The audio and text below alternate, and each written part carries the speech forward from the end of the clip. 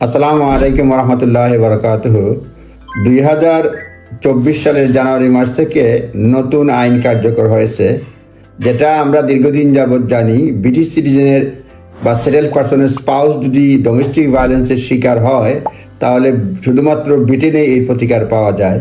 কিন্তু 2024 সালের জানুয়ারি মাস থেকে নতুন আইন কার্যকর হয়েছে। কেউ যদি ডোমেস্টিক ভায়োলেন্সের শিকার হয় বা তার স্পাউস যদি মানে ডোমেস্টিক ভায়োলেন্সের কারণে বা এই উদ্দেশ্যে কেউকে নির্যাতন করার পর নিজ দেশে ব্রিটিশ সিটিজেন তার স্পাউস তার হাজব্যান্ড কিংবা ওয়াইফকে বাংলাদেশে বা বিশ্বের অন্য কোনো দেশে রেখে আসে, তাহলে ওই স্পাউস ডোমেস্টিক ভায়োলেন্স এর ভিকটিম হিসাবে, অ্যাবান্ডন স্পাউস হিসাবে সে ব্রিটেনে আসতে পারে। সেই ক্ষেত্রে তার কোনো ধরনের ফিজ লাগবে না ডোমেস্টিক ভায়োলেন্সের ভিকটিম, এবং সেই ক্ষেত্রে তাকে প্রমাণ করতে হবে যে তার মিনিমাম ব্রিটেনে আসার একবার সে এসেছে এবং তার স্পাউস ভিসা হয়েছে ব্রিটিশ পার্সনের সেটেল বা কিংবা সেটেল পার্সনের স্পাউস হিসাবে, এবং ডোমেস্টিক তাকে দেশে রেখে দেওয়া হয়েছে ডোমেস্টিক ভায়োলেন্সের ভিকটিম হিসাবে, এবং এটা অ্যাবন্ডেন্ট বা পরিত্যক্ত স্ত্রী হিসাবে কিংবা হাজব্যান্ড হিসাবে রেখে দেওয়া হয়েছে, যার ফলে সম্পর্ক ভেঙে গেছে। এই মূল কারণগুলি থাকতে হবে। অন্যান্য ছোটোখাটো কারণ মানে এলিমেন্টস রয়েছে, কন্ডিশন রয়েছে।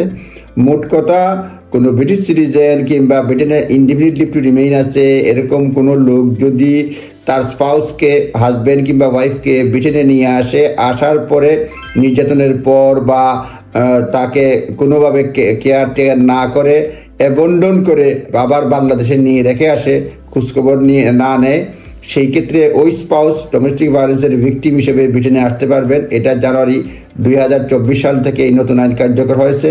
এরকম যদি হয়ে থাকে যে কেউ এই সুবিধা নিতে পারবেন এবং কোনো ধরনের ফিজ লাগবে না। আইনজীবীর হয়তো ফিজ লাগবে, কিন্তু হোম অফিসের কোনো ফিজ লাগবে না।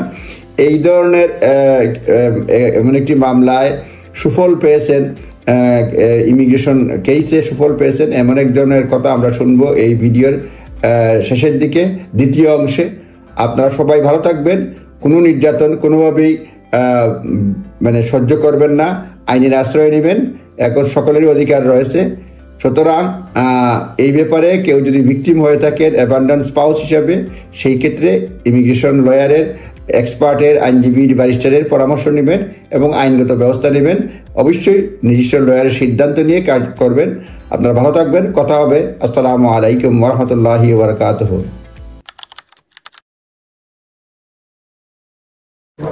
আসসালামু আলাইকুম। আমি 5 বছর পরে আইছি লন্ডন। 5 বছর আগে আমার হাজবেন্ডে আমারে থইয়া ছিলেন ইয়া দেশ।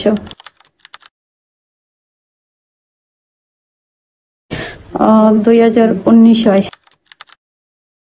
জি আমারে হয়েছেন চোখ অপারেশন করতা, ওটা হইয়া আমার আম্মা পরে দেহার কথা হইয়া লইয়া গেছেন।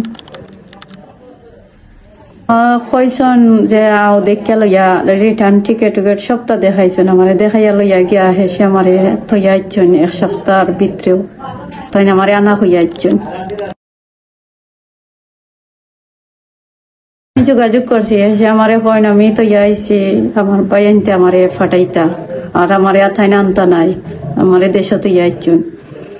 পরে আমি চেষ্টা করছি তার লগে যোগাযোগ করার লাগি, ফোন দেই, ফোন তুলই না, মাতই না, আমার লগে কোনো যোগাযোগ নাই। আমি 5টা বছর আসলাম দেশ।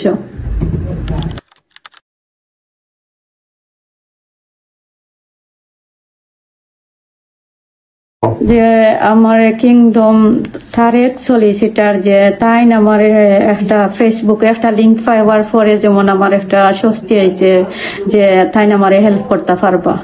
আর তান হেল্পর কারণে আর আমার আরো আত্মীয়, আমার মামি একজন, তাই সবাই মিলে আমার লাগে খুবই কষ্ট করছেন। কষ্ট করার পরে আজকে আমি 5 বছর পরে অদশা আইতে পারছি।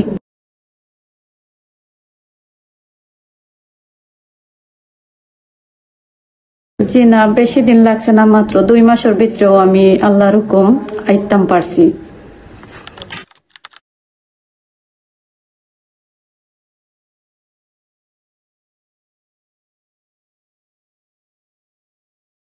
আমি 3 মাস আসলাম, আমার বেশি কোনো কিছু চিনানি হয়েছে না, কিংবা কোনোখানেও বেশি যোগাযোগ করতেও দিছে না, সে কোনো আত্মীয় স্বজনের লগেও আমার করতে নাম একটা নজরবন্দির মতো নাকি আসলাম, তান সবকিছুর জোর মতো